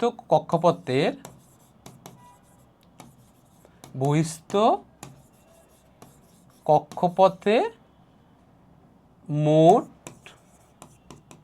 ইলেকট্রন সংখ্যা বের করো। মোট কয়টা হবে? 32টা। এখন এইটা সরাসরি ম্যাথ করে দিবা না, এম ও এল এর মান বের করতে হবে। এন না, এন ও এল এর মান। তাহলে এন এর মান 4, এল এর মান 0 1 2 3, এল এর মান 0 হলে এস, তারপর এল এর মান 1 হলে দুইটা সংখ্যা এস আর পি, দুটোই লিখতে হবে এস পি, তাই না? মোট তাহলে সবগুলো যোগ করে কয়টা পাবা? 32টা। মোট কয়টা পাবা? 32টা, যেটা আমি গত ক্লাসগুলোতে তোমাদেরকে শিখিয়েছি যে n = 4 হলে l = 0, l = 1, l = 2, l = 3, l = 0 হলে এটা কি? m = 0, m = 0 হলে মোট কক্ষপথ আছে, এটা হচ্ছে s অরবিটাল। এটার মোট কক্ষপথ আছে কয়টা? একটা। এটাতে m এর সংখ্যা বের করবা, l এর মান হলে m এর মান কত হবে? m এর মান হবে -1 0 +1। এটা লেখার দরকার না যেটা কি অরবিটাল। তাহলে মোট কক্ষপথ আছে কয়টা? সরি, এটার জন্য তো হ্যাঁ ঠিক আছে, এটার জন্য হবে 3টা।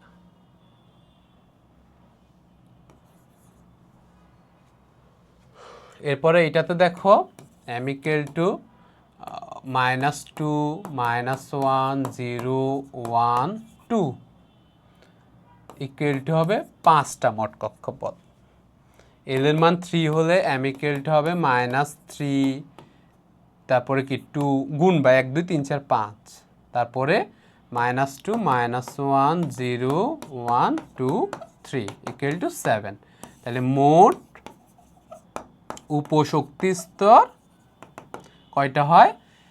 1 4 9 16।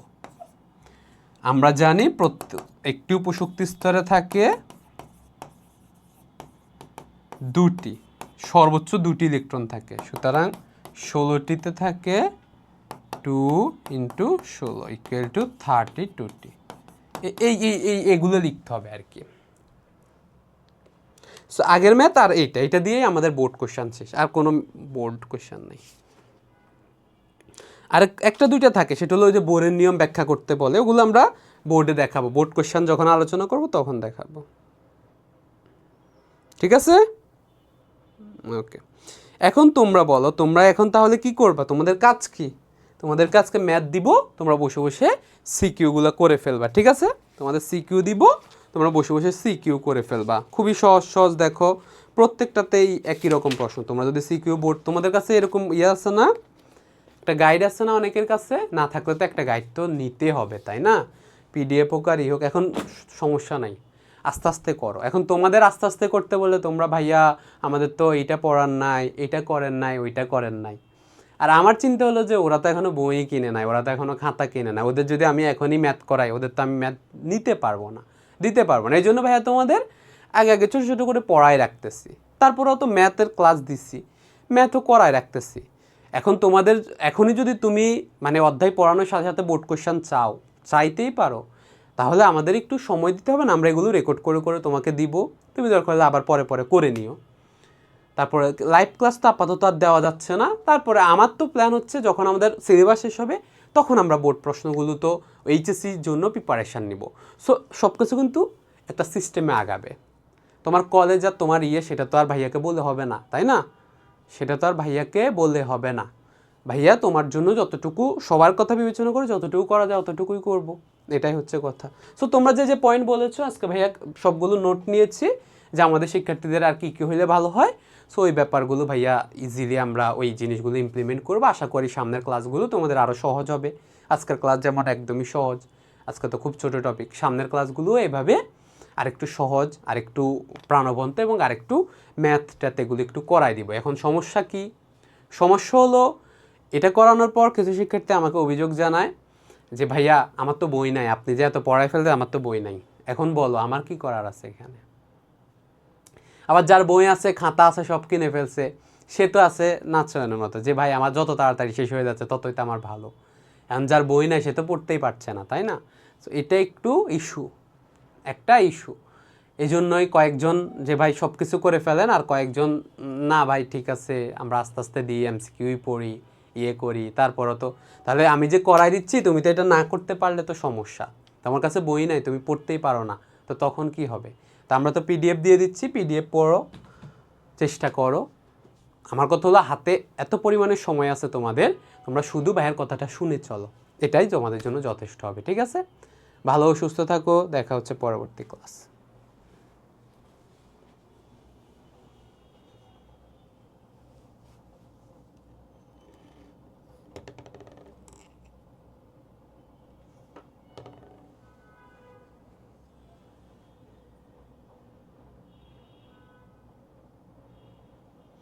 না এমডি মাসুদ, ছোট প্রশ্ন কখনো ইউজ করা যাবে না, এটা ভাইয়া তোমাদের বারবার বলে দিয়েছি।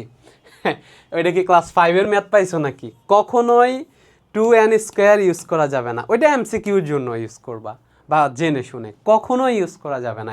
3 নম্বরের প্রশ্নের উত্তর ওইটা দিলে টিচার 1 নাম্বার দিয়ে চলে যাবে। ঠিক আছে, ভাইয়া রয়্যাল বলেছি, ভাইয়া বলেছি রয়্যাল মানে রয়্যাল, নিউটন বলতে কোনো শব্দ নাই। ভাইয়া এখন ভাইয়া কি রয়্যাল থেকে টাকা দিচ্ছে আমাকে? এই তোমাদের কি মনে হয় রয়্যালকে আমাকে টাকা দিচ্ছে নাকি আমাকে একটা সফট কপি পাঠাচ্ছে? ভাইয়া সৌজন্য কপি পর্যন্ত নেই না, এই সবগুলো প্রত্যেকবার তোমাদের জন্য ভাইয়া কিনি, প্রত্যেকবার 5-10 হাজার টাকা খরচ করা লাগে আমার বইয়ের পেছনে, তাই না? আরও বেশি টাকা। সো এগুলো কিনছি, এটা কেন কিনি? তোমাদের জন্য, বুঝতে পেরেছো? এই আর কি। সো এটা কিনবা, এটা কেন আমি বলতেছি, আমার মনে হচ্ছে যে এটা সবচেয়ে ভালো, আমি তো দেখেছি আমার বেশ ভালো বই। হ্যাঁ, এখন অন্য কি কিছু হবে না? তোমার যদি পাঞ্জারি তুমি কমে পাও, পাঞ্জারি কিনো, যদি নিউটন কমে পাও নিউটন কিনো, কিন্তু নিউটনের কাগজ আমার পছন্দ হয় না। পাঞ্জেরি কিনতে পারলে ভালো, পাঞ্জেরি একটু জগজগা চকচকা থাকে, আমার ভাল লাগে আর কি। সো পাঞ্জেরি মানে পাঞ্জেরি, হ্যাঁ পাঞ্জেরি গাইড আছে বোধ হয়, না হলে অক্ষরপত্র হইতে পারে, তোমাদের নাম চেঞ্জ হয়ে গেছে, ওদের বইয়ের নাম অক্ষরপত্র এইচএসসি লেভেল। ওকে, ঠিক আছে, আল্লাহ হাফেজ।